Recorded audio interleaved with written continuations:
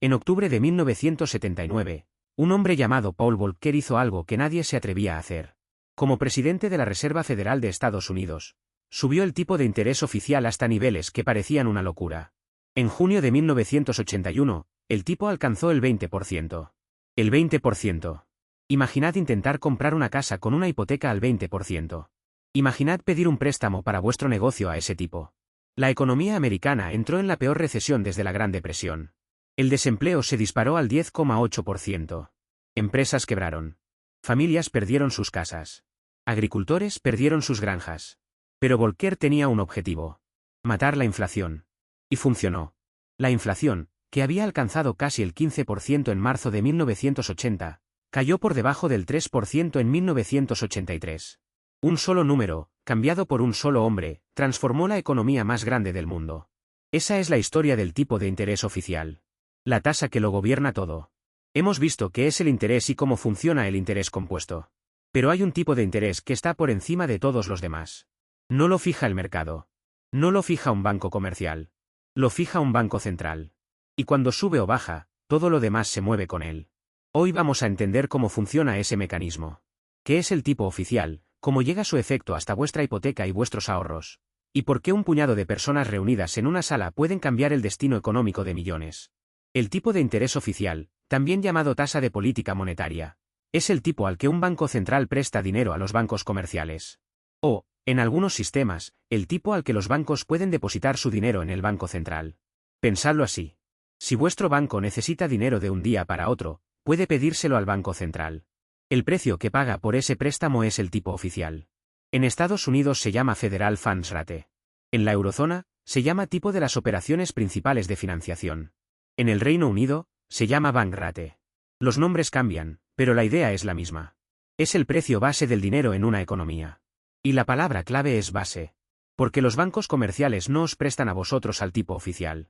Os prestan a un tipo más alto. Cogen el tipo oficial, le suman un margen para cubrir sus costes y su beneficio, le añaden otro margen por el riesgo de que no paguéis, y el resultado es el tipo que aparece en vuestra hipoteca.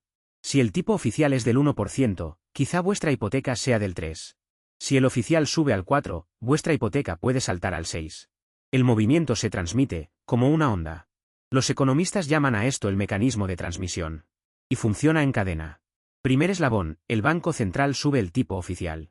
Esto encarece el dinero para los bancos comerciales. Segundo eslabón, los bancos comerciales suben los tipos que cobran a sus clientes. Hipotecas, préstamos al consumo, préstamos a empresas, todo se encarece. Tercer eslabón, al ser más caro pedir prestado, la gente pide menos. Menos hipotecas significa menos compra de viviendas. Menos préstamos a empresas significa menos inversión, menos contratación, menos crecimiento. Cuarto eslabón, al bajar la demanda, los precios tienden a frenarse. La inflación se modera. En la dirección contraria funciona igual. Si el Banco Central baja el tipo, los préstamos se abaratan, la gente gasta más, las empresas invierten más. La economía se reactiva. Pero también puede acelerarse la inflación. Es un juego de equilibrios enormemente delicado. Subir demasiado puede hundir la economía en una recesión. Bajar demasiado puede desatar la inflación. Los banqueros centrales caminan permanentemente por una cuerda floja. Cuando el Banco Central Europeo empezó a operar en enero de 1999, se enfrentó a un desafío que ningún banco central había tenido antes. Tenía que fijar un solo tipo de interés para 11 economías distintas. El tipo inicial fue del 3%. Pero las economías de la eurozona no eran iguales. Alemania necesitaba un tipo distinto del que necesitaba España. Irlanda estaba creciendo a toda velocidad. Portugal iba más lento. Un solo tipo de interés para todos era como obligar a personas de tallas distintas a llevar el mismo abrigo. En abril de 1999, el BCE bajó el tipo al 2,5%. Era su primera decisión importante. Y ya reflejaba la tensión fundamental del proyecto. Lo que era bueno para una economía podía ser malo para otra. Esta tensión no ha desaparecido. Es uno de los desafíos estructurales del euro. Y cuando llegó la crisis de 2008, y después la crisis de deuda soberana europea, ese desafío se hizo dolorosa y visiblemente evidente. Dentro de los bancos centrales hay un debate constante. Y se suele expresar con una metáfora aviar, halcones contra palomas. Los halcones priorizan el control de la inflación. Creen que la inflación es el mayor peligro para una economía, y que mantenerla baja debe ser el objetivo principal, aunque eso implique tipos altos, menos crecimiento y más desempleo a corto plazo. Las palomas priorizan el empleo y el crecimiento. Creen que un poco de inflación es un precio aceptable si a cambio hay más personas trabajando, más empresas invirtiendo y más prosperidad compartida. No hay un bando correcto y otro equivocado. Es una cuestión de prioridades y de lectura del momento económico. Volcker fue el halcón supremo, aceptó una recesión devastadora para aplastar la inflación. Alan Greenspan, su sucesor, fue más paloma. Mantuvo los tipos bajos durante los años 90 para fomentar el crecimiento. Existe incluso un intento de convertir esta decisión en una fórmula matemática. Se llama la regla de Taylor, propuesta por el economista John Taylor en 1993. La regla sugiere que el tipo de interés debería subir cuando la inflación está por encima del objetivo y cuando la economía crece por encima de su potencial, y bajar en caso contrario. Pero en la práctica, ningún banco central sigue la regla de Taylor al pie de la letra. Las decisiones siempre implican juicio humano, incertidumbre y política. El debate halcones contra palomas se renueva cada vez que un comité de política monetaria se reúne. Tras la crisis financiera de 2008, los principales bancos centrales del mundo hicieron algo sin precedentes. Bajaron los tipos de interés prácticamente a cero. La Reserva Federal fijó su tipo en un rango de 0 a 0,25%. Y lo mantuvo ahí durante 7 años, de diciembre de 2008 a diciembre de 2015. El Banco Central Europeo fue más allá. En junio de 2014, se convirtió en el primer gran banco central en implementar tipos negativos. Sí, negativos. Los bancos tenían que pagar al BCE por depositar dinero en él. Era como cobrar a alguien por guardarle el dinero en la caja fuerte. El Banco de Japón hizo lo mismo en enero de 2016. La lógica era que si cobrabas a los bancos por tener dinero parado, les forzarías a prestarlo. Y si el dinero fluía, la economía se reactivaría. Pero los tipos negativos generaron problemas inesperados. Los bancos europeos veían erosionados sus márgenes de beneficio. El coste directo de mantener reservas en el BCE llegó a 15.000 millones de euros al año. Y los efectos sobre la economía real fueron más modestos de lo esperado.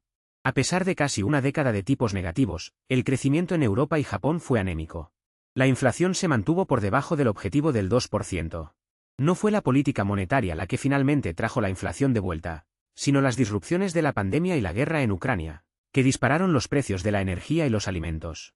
En 2022, los bancos centrales empezaron a subir tipos rápidamente para frenar esa nueva inflación. Después de una década al cero o por debajo, la herramienta principal volvía a usarse con fuerza. Hay un concepto que los mercados financieros observan con obsesión, la curva de tipos, o curva de rendimiento. Funciona así. Cuando un gobierno emite deuda, ofrece distintos plazos. Puede emitir bonos a 3 meses, a 2 años, a 5 años, a 10 años, a 30 años. Normalmente, cuanto más largo es el plazo, mayor es el interés que paga.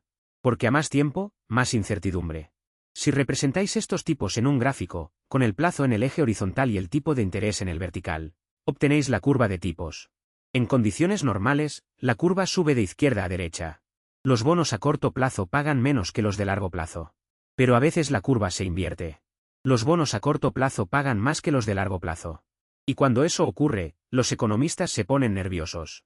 Porque una curva invertida ha precedido históricamente a casi todas las recesiones americanas de los últimos 50 años. ¿Por qué? Porque una curva invertida significa que los inversores esperan que los tipos bajen en el futuro. Y los tipos bajan cuando la economía empeora. Es una señal de que el mercado cree que vienen tiempos difíciles. No es una predicción perfecta. No siempre acierta. Pero es uno de los indicadores más respetados del mundo financiero. El tipo de interés oficial parece algo muy lejano. Una decisión tomada en un edificio gubernamental por personas que nunca conoceréis. Pero sus consecuencias llegan a cada hogar. Cuando los tipos suben, las familias con hipotecas variables ven cómo sus cuotas mensuales se disparan. En España, donde históricamente muchas hipotecas han estado referenciadas al Euribor, una subida del BCE se nota directamente en la factura mensual. Familias que podían pagar su hipoteca cuando los tipos estaban al cero, de repente se encuentran en dificultades cuando suben al 4%. Cuando los tipos bajan, los ahorradores sufren. Las personas mayores que dependen de los intereses de sus ahorros para complementar su pensión ven cómo esos intereses desaparecen. Durante la década de tipos cero, muchos jubilados europeos y japoneses vieron sus ingresos por ahorro reducirse prácticamente a nada. Y cuando los tipos cambian bruscamente, los más vulnerables son siempre quienes menos margen tienen.